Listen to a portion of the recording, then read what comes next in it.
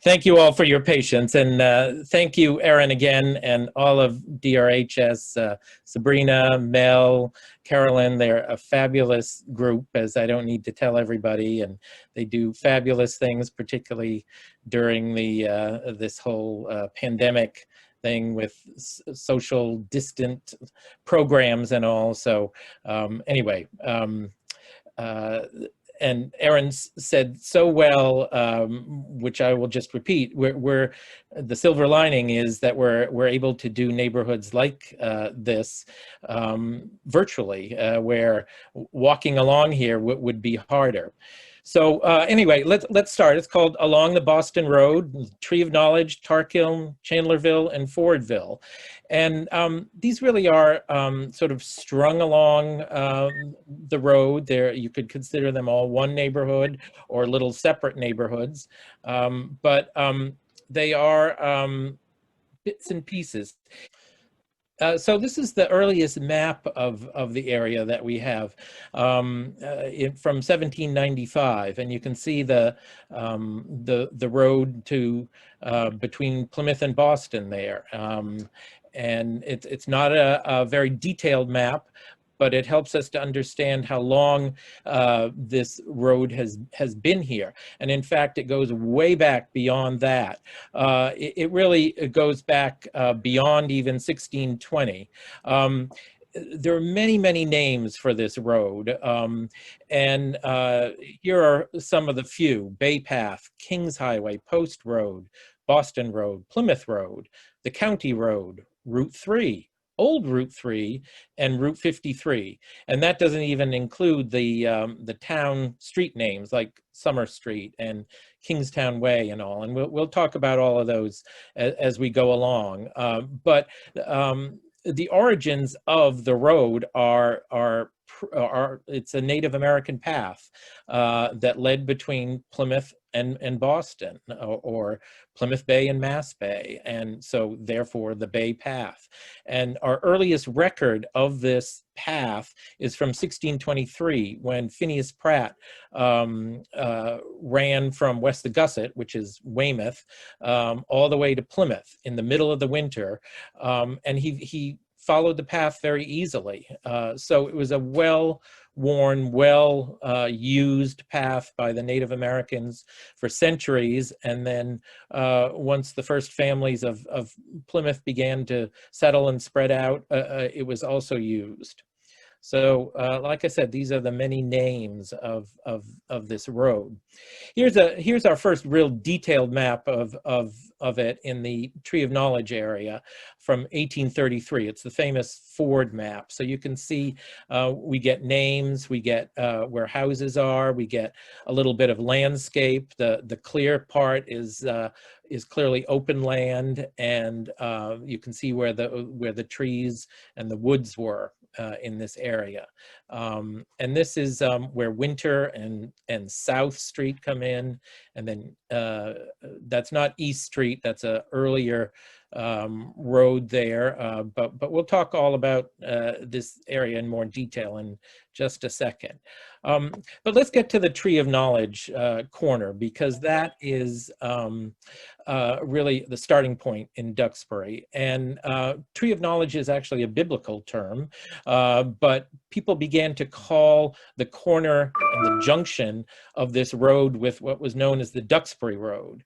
And we call that today Elm Street, where it led from this area back through Tinkertown, back towards the more shore part of Duxbury, and it was an intersection there, and there was a very large oak tree there.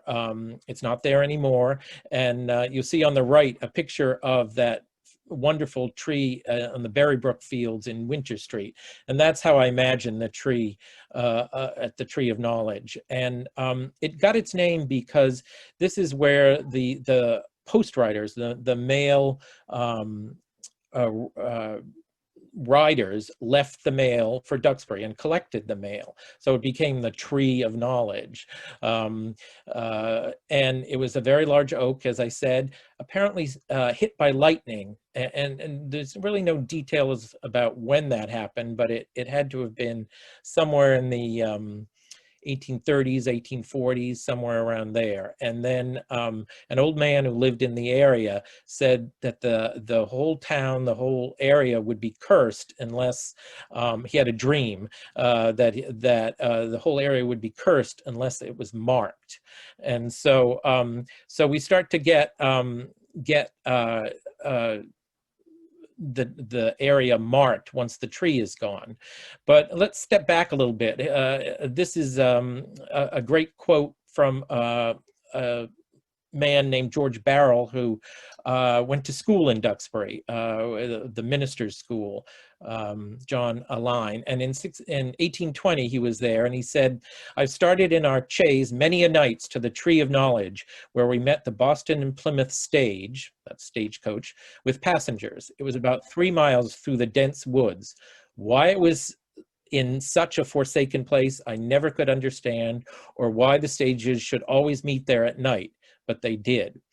And that's true. You can see down below, there's an ad for a stage that went from Plymouth all the way up to Boston and down to Sandwich. And Duxbury's mentioned, but it's an all-day trip. They left very early in the dark from Plymouth and didn't get to Boston until dinner time, and the vice versa happened. So Duxbury was the times were always in the nighttime. So I just love that quote because it makes it sound like it's way out in the woods, and yet this was a very, which it was to some degree, but it was also a very well-traveled road. So here are the signs that we talked about. You can see the one in the middle is the one that's there today from 1937, but the earlier ones were there as well. And this was all after the tree vanished and was hit by lightning.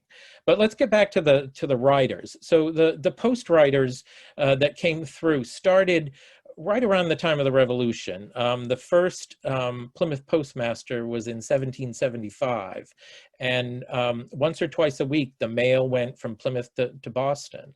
And so that's when it started, when the Tree of Knowledge started to become the Tree of Knowledge.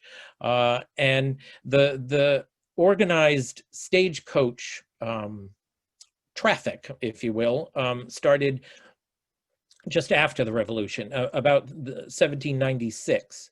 And we have a number of, like you saw that earlier one there, is a schedule or an ad, at least, for the stage. And it often looked like that, the picture on the left there. It was a big, heavy stagecoach with people riding on top and inside. So on the right there, you see the post riders, and on the left, that is an actual drawing of what the Duxbury coach to Boston looked like. It's from as you can see, sort of a kid's lesson book, and it's a great image of what the coach to Boston or Plymouth looked like. So once we get into the neighborhood of the Tree of Knowledge, one of the first houses we come to is 501 Elm Street, which was built around 1800. And you'll notice it's a Chandler house, and we're going to keep hearing the name Chandler all through this talk. And the Chandlers were rife all over this this whole area, and which causes a bit of a problem with untangling deeds and understanding when some of these houses were built, or occupied by who, because a lot of it was family land. They allowed sons or daughters to build on part of the family farm. So this one was built by Stephen and his wife, who was described either or listed either as Polly or Mary Chandler. And we know it today as the Randall farm, the Bittersweet farm. And it was a half cape originally, apparently, and because the chimney's a little off center. And the Chandlers lived here for many, many years. And these Chandlers, Stephen's son in particular, Richard, was a hatter. And we find that a lot of the Chandlers actually made hats out of sort of, they say beaver skin, but the beavers were vanishing even by 1800. So it was a lot of sort of animal skin hats. But Stephen's son Richard had a shop across the street where he sold hats, and that continued, at least in this branch of the Chandler family. And I have to say that the Chandler family, it is like the tree of knowledge, many, many branched, and they all name their kids the same thing. So it's a struggle to figure out who's doing what at certain times. But across the street from this house, in the late 20s and 1930s, was the Parker Dairy Bar, and this is a great picture of it. The Parker farm was actually in Brockton, and they just rented this spot. And a dairy bar, for those who don't know, was where milkshakes and ice creams and all kinds of things were sold. So you can see they acknowledge it's at the tree of knowledge in this ad.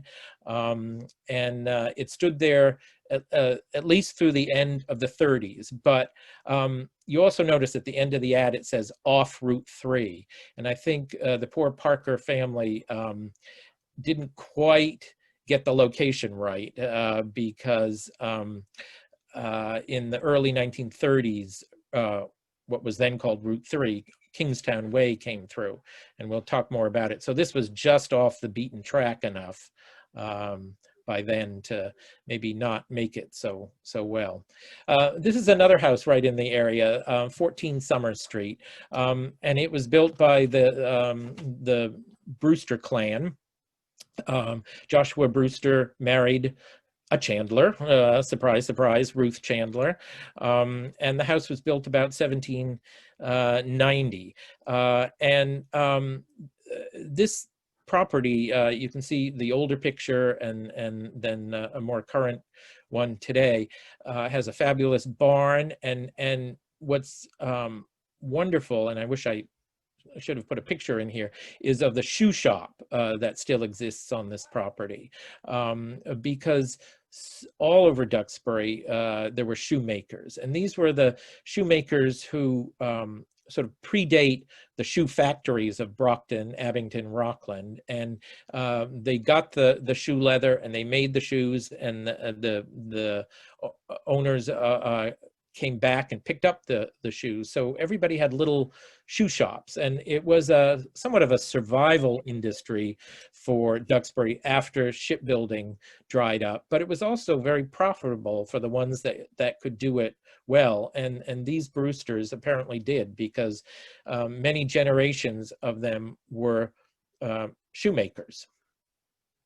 And you can see this house probably was built in sort of two sections, and evolved over time. It's also one of the few sort of two-story houses in this area of capes. This house across the street is 37 Summer Street, and it has a great story too. It was probably built about 1855 by Peleg Gulliver, or Gulliver, and his mother's house stood here earlier. Now it's possible he somehow took her older house. She was a Chandler, of course, and turned it into this house, but many of the architectural elements of this house really say 1850s. And Peleg Gulliver married in 1852 and built his house shortly after. He married a much younger woman, Fidelia, which is just a wonderful name. I have it here as Fidela, but it's also listed as Fidelia. And she was a very young woman, about 18, had a young daughter. Her husband clearly left her, her first husband, that is, and then she married Peleg a year or two later, and they ended up having 8 children. So it seems to have been a very fruitful marriage, and he probably needed a big house like this.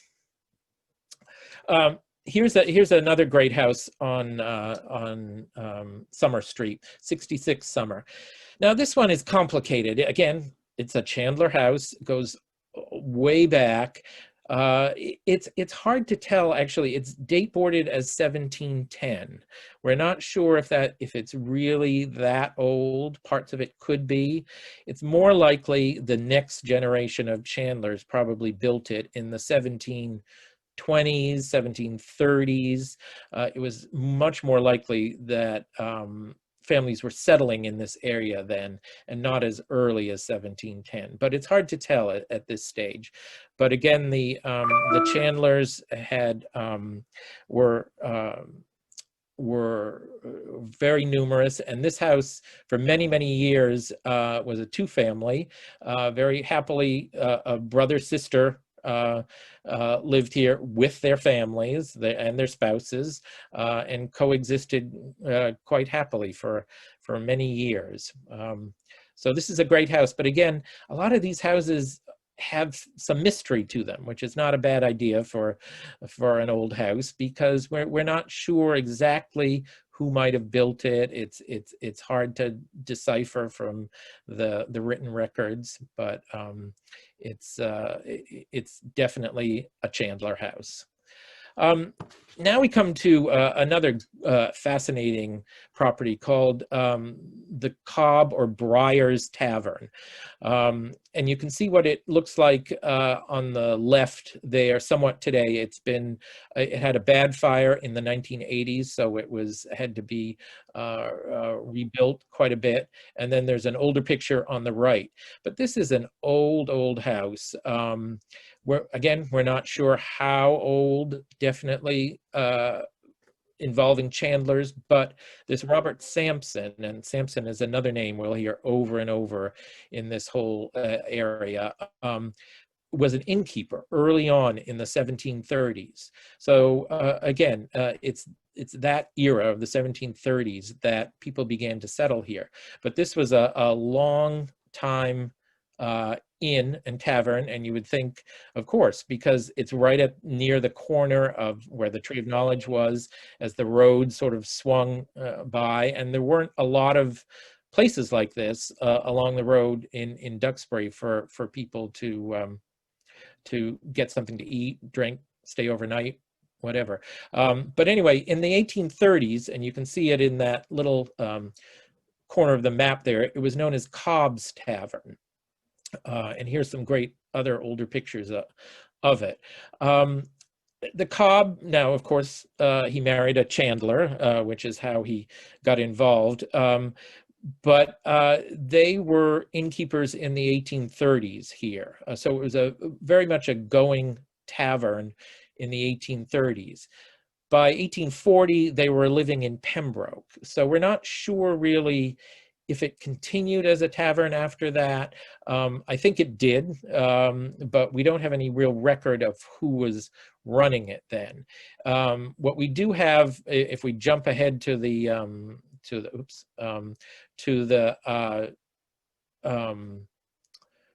20th century, a woman named Ella Whitehead, about 1910, bought the property.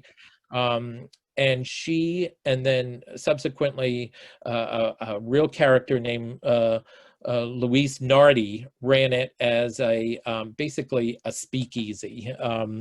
It was known as the Briars, and they served some food, but it basically was a place where you could get liquor. particularly during Prohibition, and it was well known as that. And the police would often raid it every so often. But so it has a very colorful history as a tavern for many years. And after Prohibition stopped, this seems to have ceased being a tavern and returned to be a private home. One of the other houses across the street from here is right on the corner of East Street, is 95 Summer. And this, another Chandler house, Jesse and Abigail. He grew up across the street and she grew up down the street.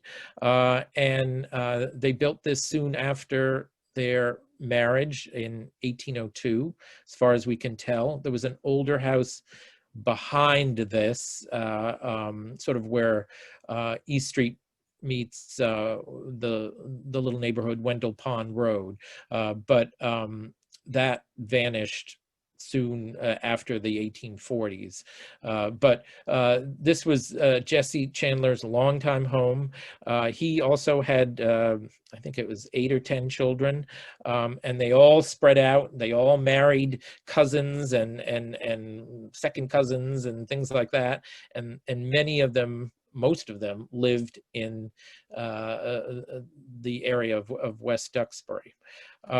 It later became owned by a man named Wendell Phillips in the 1920s. His wife actually grew up here, and it had been her parents' home.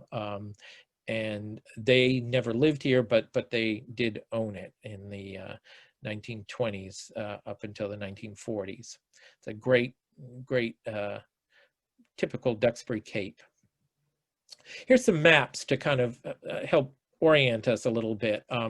There's one from 1879, so just at the after the shipbuilding has left Duxbury and just as Duxbury is beginning to boom for the summer, and a 1903 map.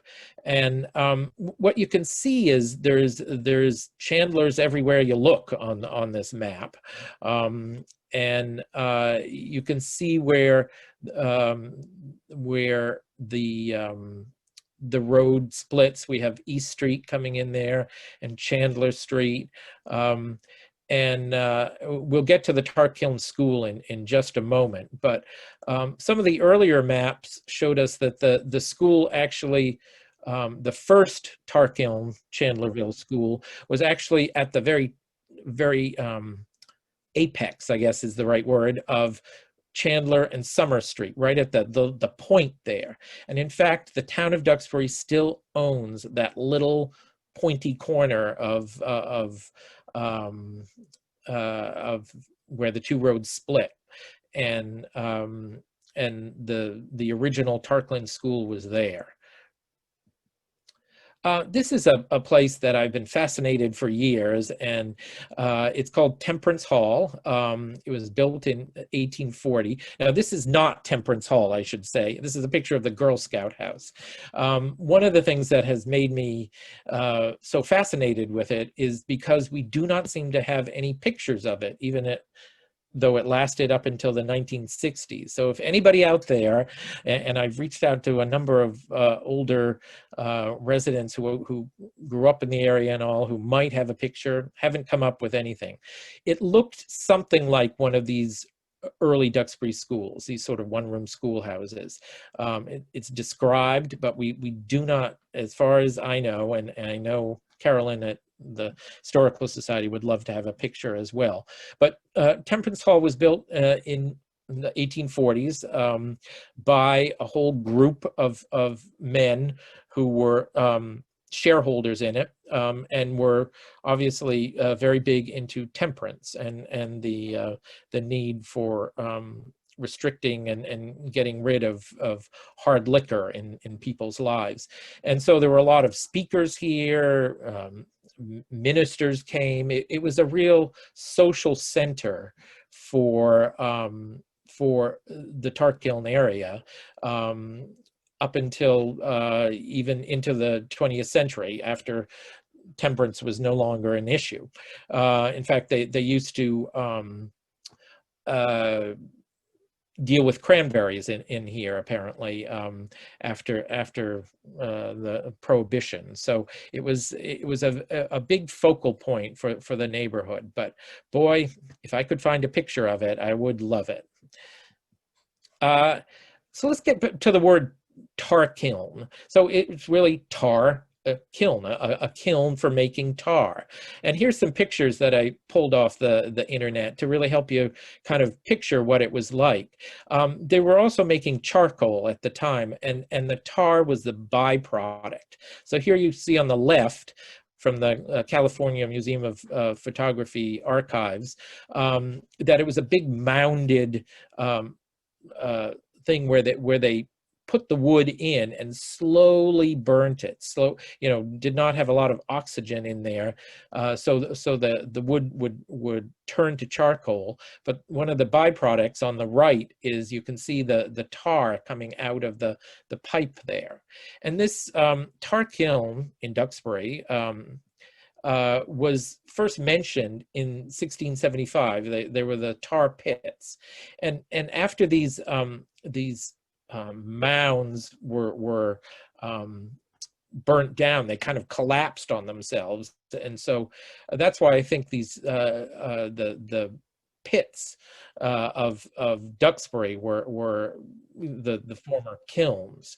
So these are just pictures to help you visualize what this was. But it was an early industry out here, in the 17th century, and continued in bits and pieces because of the need for tar for the ships being built in Duxbury. So here's some more maps of Tarkiln. The bottom one is the map from 1857, and the blue one is the map from 1833. And you can see Cobb's Tavern in the 1833 one, and you can see the schools, the Tarkiln School, in that apex of the road there. And you can see Temperance Hall down in the lower left-hand map picture. So these really help us to understand who was here at the time and what was going on. Now this is a fascinating picture on the left. This is clearly the intersection of back on the left or the right, really, of where East Street comes in, where Chandler, that sort of triangular corner there, where all these roads meet together, and that's that left-hand picture. And I couldn't figure out for the life of me what that house was in the back, but it really is. If we go back, we can see there's the Sturtevant up in the blue map up in the top corner, and then there's it's just off the map on the lower corner, but it was the Baker family, and it's this small cape that was built about 1813 by Isaac Sturtevant and his wife Polly Chandler, and she grew up next door, and this house stood here for many years, and it became other families like Randalls and Bakers and all, and it lasted up until the 20th century, when it burnt in 1932. In fact, there's a small article in the Boston Globe I came across about it burning. It was owned by a brother, two brothers, the Sealand brothers, and they were, as soon as Route 3 came through, and we're going to talk about that in just a minute, that lower right-hand picture, you can see their cabins. They built cabins, that is tourist cabins, for the through traffic, on either side of what was then, what is now Kingstown Way, and what was then Route 3. So there was some on the Sturtevant side, and then there were some opposite that. But the house burnt in the 1930s, and then they replaced it with an all brick house that's still there today. The one of the brothers ran the Duxbury Grill, which he built on the back end of his property, near those cabins, when Route 3 came through in 1931, 1932. And he built this eatery, and you can see for dinner was 50 cents, and you got a whole range of things. It was also a large depot at the very end of the of Prohibition, for stashing the liquor, apparently. Now, Duxbury Grill, some of you may even remember it turning into what was known as Morrison's Steakhouse in the 1950s and early 60s.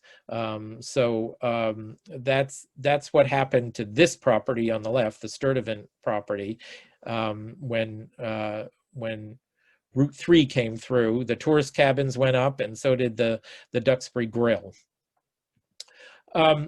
Just traveling up Chandler Street a little bit, because there were very few houses on Chandler Street, and of course, named for the Chandler family. Here we have 157 Chandler Street, which is just beyond Chandler School today, right on the corner of Bianca and Chandler. And this was Wadsworth Chandler and his wife Mercy Chandler, and she was a Chandler. And they had a large amount of children, who also all married cousins and second cousins again. But this was one of the few houses on Chandler Street. And there's a great quote here from a journal kept by Captain Ed Baker, who lived up in North Duxbury, and he was coming back in the winter of 1855. Apparently was a very very snowy winter, and he was coming back in a sleigh from Kingston, and he says, "We capsized beyond Tarkiln, and when we reached Wadsworth Chandler's place, found the road completely blocked up by the snow, impelled by the wind across the pastures." So that gives you a sense, a little bit of the isolation of this house, but also how, in a bad winter, and we see it today even, the wind just whips the snow across the open land. It was hard going for the people trying to get back and forth in the 1850s even. Let's talk about Route 53, or Route 3 as it originally was now. It was a made road. Starting in the late 20s, they began to plan it, but it went very quickly, and it was opened by late 31 and early 1932. And it was to be a throughway, and they used parts of the old roads, and then in certain parts, like Kingstown Way, Route 53, was a new way, and it cut back through the back pastures of Tarkiln and Chandlerville. And you started to see the Plymouth and Brockton buses going along it and all. Here's a great picture from the Hanover Historical Society. Now, this isn't Duxbury, but I love it because it shows the traffic on Route 53. This is in 1950 even, just coming back from the Cape on a Sunday, how totally gridlocked it was. And it was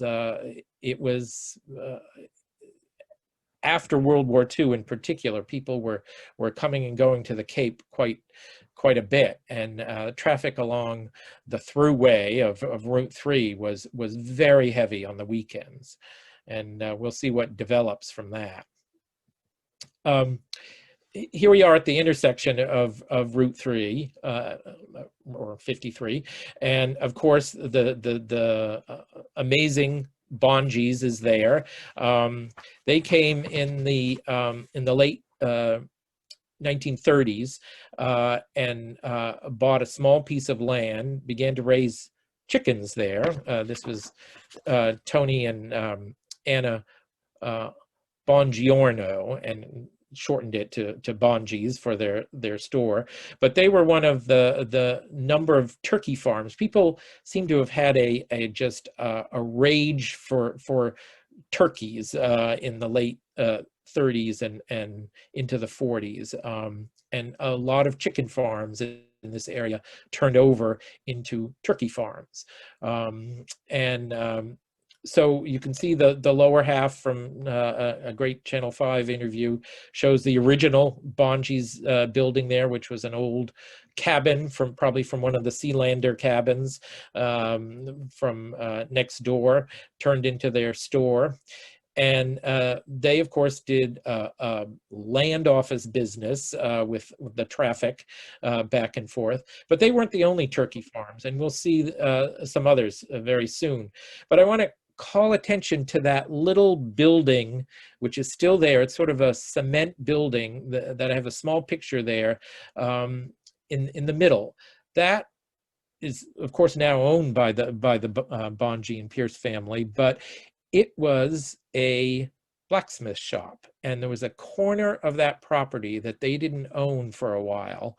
And in the 40s and late 30s and 40s, there was a man named Joseph Froughton who had a small house there, and he was a blacksmith.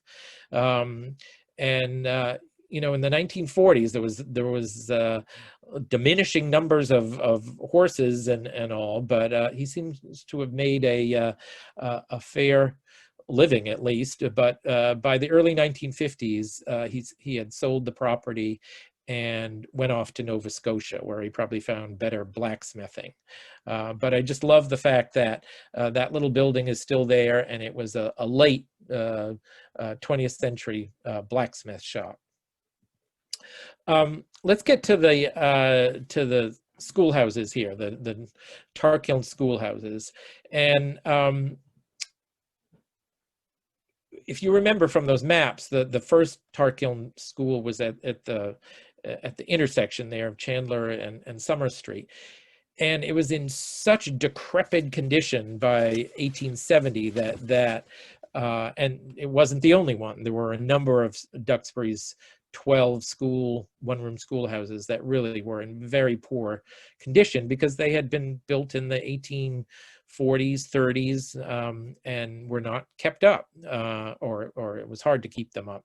Anyway, in 1871, the left-hand side schoolhouse was built finally as a brand new schoolhouse, and this may sound familiar to all of you, but there was a controversy after it was built because town meeting refused to accept the amount of money that was spent to build it. And the taxpayers felt it didn't see the necessity of a new schoolhouse and protested about the cost of it, and held up the opening of it and had to have an auditing committee and all. And finally, in 1872, they accepted the building, and it opened with 60 students. So that sounds all too familiar with the battles over school buildings, I think. The building on the right was built in 1907 as part of sort of a consolidation that was beginning in Duxbury and all over Massachusetts of one-room schoolhouses. And so it became what was known as a grammar school, which really is sort of what we would call middle school today, grades 5 through 8.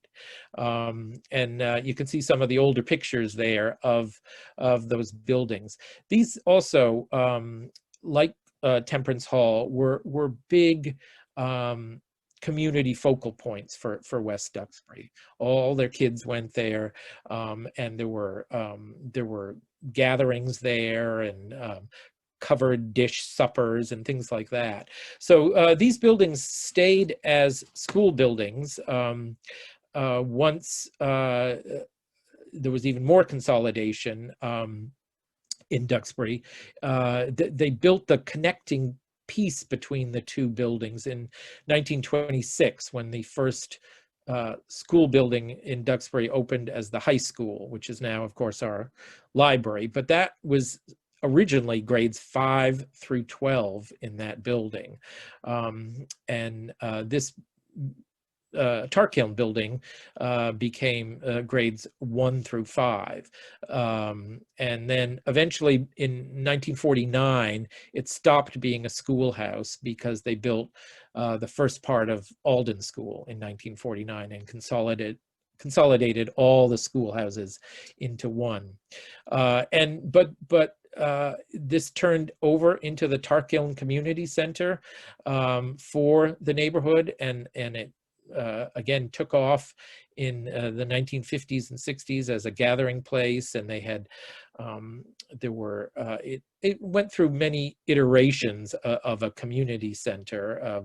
They had hoedown dances there, and then in the 1970s there was a drug hotline established there for kids and people to call who were having drug issues. There was a coffee house, Atlantis Rising, which was very popular. So it's evolved over time. It's still a wonderful community center owned by the town of Duxbury, fixed up thankfully by the town of Duxbury, and except for this pandemic has been a very vital area where groups can rent the rooms in the old school buildings and have their meetings.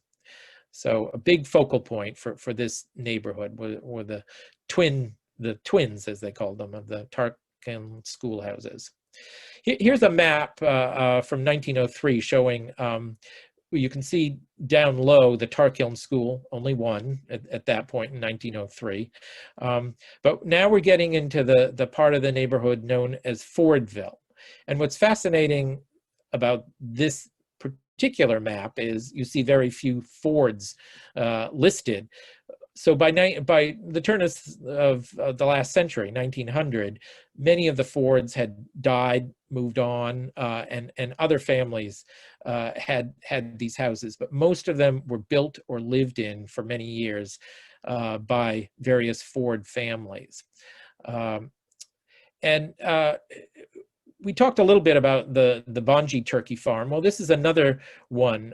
There were 7 or 8 along this stretch of Route 53. And this was one, the house is still there. Some of the henneries, as they called them, were there, and started by the Lances and then taken over by the Voles. This is on the Tarkiln School side of Summer Street and Route 53, but it was I don't think it was a turkey farm. They call it poultry, so they probably did both chicken and turkeys. I'm not sure on that, but this was one of those 7 poultry farms, let's call them, along this stretch.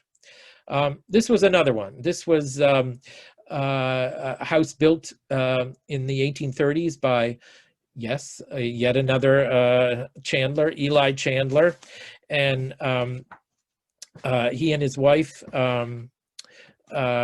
Abigail, who was a Frost, who was actually, her mother was a Chandler. So again, we're seeing the Chandler relations all intermingling here. It was later owned by one of the Fords as well. And then in the 20th century, in the early 20th century, the Di Lorenzo family bought it. And they were an Italian family that had come over to this country, and they bought this and turned it into one of their turkey and poultry farms. The Di Lorenzos had 6 children, and they all spread out along this stretch of Summer Street. But some of the Fords lived in here between the Chandlers and the Di Lorenzos. It too was also probably built as a half cape originally, and then changed into a full cape. Now, this is a very sad house, but maybe somebody will save it, although it's very far gone now. 308 Summer Street, right where the Lacoste greenhouses were, where many of us bought all kinds of plants for many years. This was the Lacoste house that went along with it, but it's in very poor shape now. But it was originally built in the 1830s by Rufus Sampson. And apparently the back part, which is very small, was part of his father's house, which was farther down Autumn Ave, and he took his father's house after the father and mother died, and built a new house up on Summer Street. But the house is pretty far gone. But if anybody wants a challenge, it would be great to see this house get saved. Here's another Chandler house, 346 Summer Street, built by Elbridge Chandler in the 1840s. And he married a cousin, Martha, and he was a very a large landowner. He was a selectman for many years. He ran the poor farm at a certain point, the almshouse down on Depot Street. So he was a mover and shaker of around the Civil War era, and he lived until the 1890s. But then it became the one of the DiLorenzo farms, and still owned by the DiLorenzos today, the house. And luckily, all the surrounding land has been bought by the town of Duxbury. Thank you all very much, and will become hopefully some worked farmland, and it's saved as conservation land. But starting in the 1940s, John DiLorenzo and his wife Anna ran a very successful turkey farm here too. And here you see, in fact, Richard Nixon stopped by on his way. He was going or coming from Plymouth for the arrival of the Mayflower. And there's a picture of John with then Vice President Richard Nixon. So here's another great postcard and ad for their store and turkey farm. And I believe that's probably his daughter Linda there feeding the turkeys. This is a house across the street that has been changed somewhat, but it's a house from the 1840s and built by one of the Fords, Benjamin Ford. And it passed through a number of other families, including a Chandler family. But starting in the 20th century, it was owned by a family named Johnson. This was in the 1920s. And they were, it was Charles and Alice Johnson.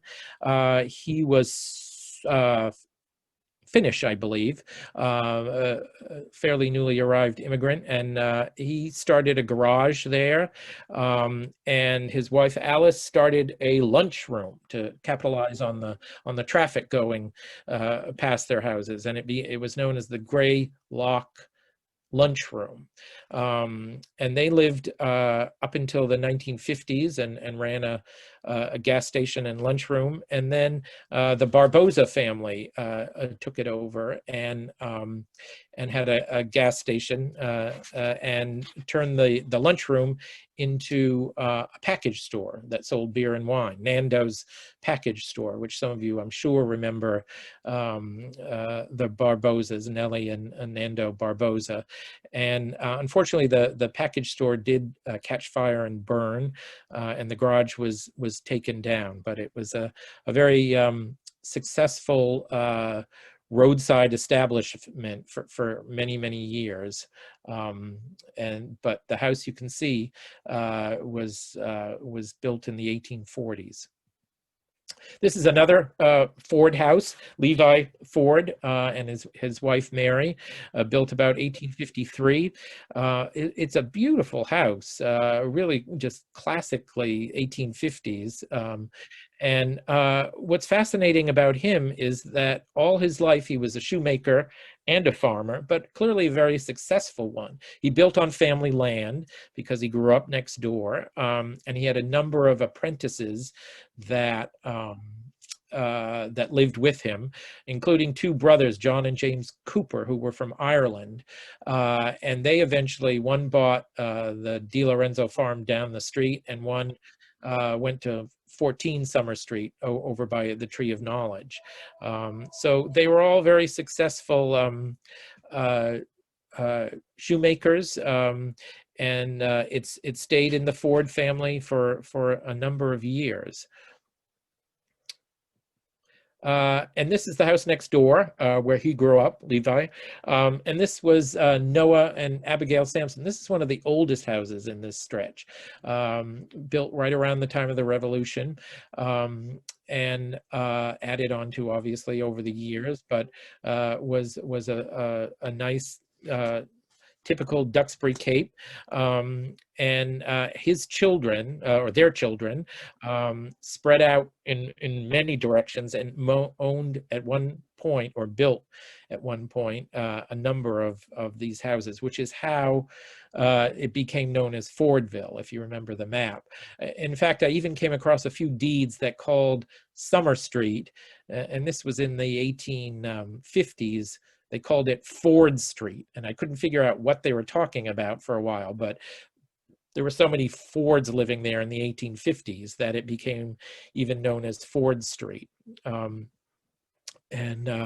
So this again stayed in the Sampson family, and then was in the Ford family for a number of years.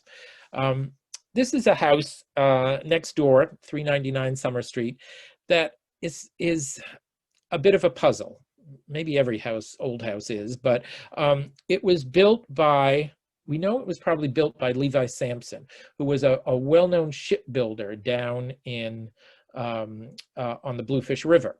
And he had a house down there. He grew up next door. He was one of Noah and Abigail's sons. But he had an earlier house here, it seems, because this house is clearly, its style of the sort of Greek revival look really is from the 1840s. That style didn't really get to country towns like Duxbury until the 1830s and 40s. But he built this probably almost on spec, because he turned around and sold the property in 1846. And then, of course, it became a Ford property for many, many years. And it was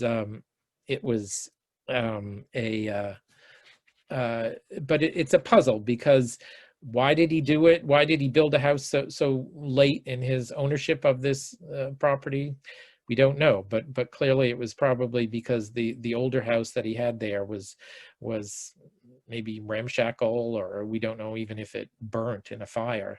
But there's a bit of a mystery there. This is the house next door, 429 Summer Street, built by Eden and Mary Sampson, and again, a Sampson, one of the many earlier Sampsons, and he married a Chandler, and they lived here. Unfortunately, he died in the Civil War in Baton Rouge, Louisiana, in a battle down there. He was a caulker for the shipyards, and that and then his children owned it for a number of years. So it's a bit of a sad story, because he really did die far from home, but there is a grave site there that in Louisiana. So, and then you see down in the corner the Hurlburts. This actually is a roadside stand that I believe was well, it was between this house, which the Hurlburts owned, and this house. And it was a roadside stand in the 40s and 50s where they made great ice cream. Apparently maple ice cream was their big hit, but they also, fried clams and things like that. Again, capitalizing on all that traffic on the throughway in the 1940s and 50s until the present Route 3 went in. This is a house that that I love because it's so small and simple, and yet this place has been moved 4 different times. It was built probably about 1800, and it originally stood way up on Chandler Street by the cranberry factory. I saw Carolyn Schindler earlier on the Zoom thing. It was up near your house, Carolyn, and probably had something to do with the factory there. So that's where it originally stood. Then it was moved farther down Chandler Street, almost opposite the intersection of Union Bridge. And then about 1844, it was moved to next door to the John DiLorenzo property. And then it was moved again after Elbridge Chandler's sister Elmina died, and it was slid down the road just a little bit. So it's been moved 4 times. It's a great little cape, sturdy as they come. But it was I'd like to put Elmira's name there because she's the one that lived there the longest. She lived up on Chandler Street on it, and then lived in it when it got moved to her brother's farm after her husband died when he was quite young. This is another house next door that's 446 Summer Street. It has a big mystery to it and a fascinating history. The first deed for it is in 1851, and it's clearly an older house. It too had a very bad fire in the 1990s, so its roof line has changed, but it was originally a very plain, simple cape. And it probably stood about where this house does, and they kind of do-si-doed the houses. So it was probably built originally by Ichabod Sampson, one of the, again, many Sampsons who lived there pre-Fords. But we're not sure. Clearly it's an older house, and clearly it dates before the 1850s, but we honestly just don't know where it came from because nobody left a record. It has a great barn out back where they had it was a dancing barn apparently. And then in the 20th century, it became a restaurant called the Chowder Bowl that was run by the Sears, and and then later the Andersons also had a restaurant there. So it too was a busy commercial establishment as well as a home during the time when there was a lot of traffic on Route 53. Here's one of our final turkey farms and final DiLorenzo farms, 451 Summer Street, built by one of the sons of the original DiLorenzos, built in 1940, and it was a big turkey farm in the 1940s and 50s and all. It was known as the Log Cabin Turkey Farm, and they also owned the land a little farther beyond, and where DiLorenzo Drive is today, in that neighborhood. So Joe DiLorenzo here not only raised turkeys, but he was also a cranberry grower.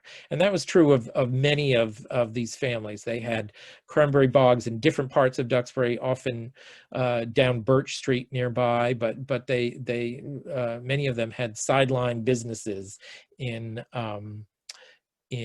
cranberry growing. And that was true for a lot of Duxbury families with the boom of cranberries.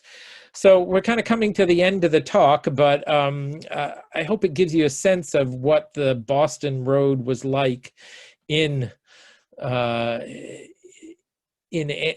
lot of different eras. You know, we have Phineas Pratt in 1623 running along this path towards Plymouth in the dead of winter. We have the post riders dropping the mail at Tree of Knowledge. We have the stagecoach. You can see that's one of the Duxbury stagecoaches down in the right-hand corner. That's the middle picture of the Model A Ford is one of my favorite. That's somewhere in Duxbury, but I couldn't swear that it's actually on the Boston Road. And then there's the Tree of Knowledge corner today. So it's a neighborhood that's always had traffic. Always been a through way, and yet there's fascinating history in all of its different pieces and parts, and you see the evolution of Duxbury as well as this whole area, and the long-term connection to Boston and to Plymouth.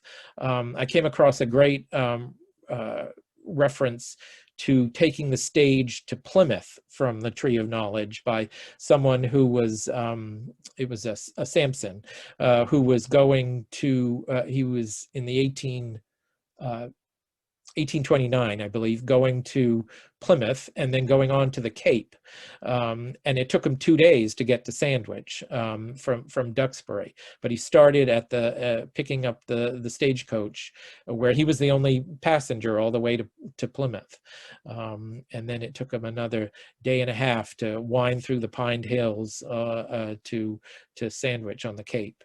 So it's a great part of Duxbury. It has a lot of history. I love the 20th century part of the history of this road as well, because it shows the initiative of families like De Lorenzos and Johnsons and Barbozas who really made their living from the traffic and were able to really become citizens, not only of this country, but really very active citizens in Duxbury. So thank you all for listening. I'm very happy to take any questions and comments that you might have, but I hope this was interesting. Tony, it was a wonderful tour of this neighborhood. Thank you very much for your time and for all of your careful research and for preserving this important history. We really appreciate it. Those of you who might have questions, please feel free to drop them into the chat room. We already have a few in there already. Tony, one of the questions that I had was actually emailed to me, and it refers a little bit to what you were just talking about. Eric Dilger asked why this area was the preferred route. Do you have any sense of why it was chosen as an early road? Why wasn't something closer to the water perhaps more desirable? He's guessing that, of course, that the area near the road probably would have been inhabited earlier. So why wasn't that a chosen route? Well, that's a great question, Eric, and I only probably have a partial answer, but the road really was a native path for centuries, and they tended to be very smart about where they put their paths and their routes. And if you imagine trying to get from Plymouth to Boston, there's a lot of rivers you have to cross: the Jones River, the North River, the Back River up near Weymouth, and all. And this road really didn't avoid them, but crossed them where they were able to cross somewhat easily, I guess is the best way. I think also the natives tended to have paths, this was inland, so it was probably maybe somewhat easier to traverse in the winter than one closer to the coast. But certainly Route 3A or Tremont Street, there was early paths there that kind of wound along the coast there and did lead up to Boston as well. It was called the shore route, but this was the business route, I guess is maybe the best way to put it. This was the business route where the first Duxbury families drove their cattle up to Boston along this route. The post riders, the stage coaches, the traffic to and from the Cape. So that's my best guess as to how it evolved. Laura Emerson Dunn has a similar question. She's asking about the naming of the street names: Summer Street, Winter Street, East Street, West Street, South Street. Do you have any trivia info about, how any of these names were chosen? I don't. I've been trying to piece that together for our town clerk for all the street names in Duxbury, and there was for hundreds of years, as you could see, there were different names for this road, and there were different ways of describing roads. You would have to know that that Washington Street in Duxbury was the road that led from Daniel Hall's Tavern to Deacon George Loring's, because they lived at either end of Washington Street. So street names evolved over the years, but I don't have any great insight into summer, east, winter. They're typical street names, obviously. Who chose them? They seem to have started to in the 1890s begun to get street names like that. And then, of course, Duxbury didn't number its houses until well into the 20th century, and I'm sure many of you remember that houses just weren't numbered until the early 1960s. So. Peter Rapley says, my grandmother's family, the Youngs from Providence, summered in Duxbury in the 1920s and 30s, and they would purchase their Thanksgiving turkey from the De Lorenzos. My parents continued the tradition in the 50s and the 60s. So that's a nice memory of mid-20th century history there in Duxbury. Yeah, I think that's true for many.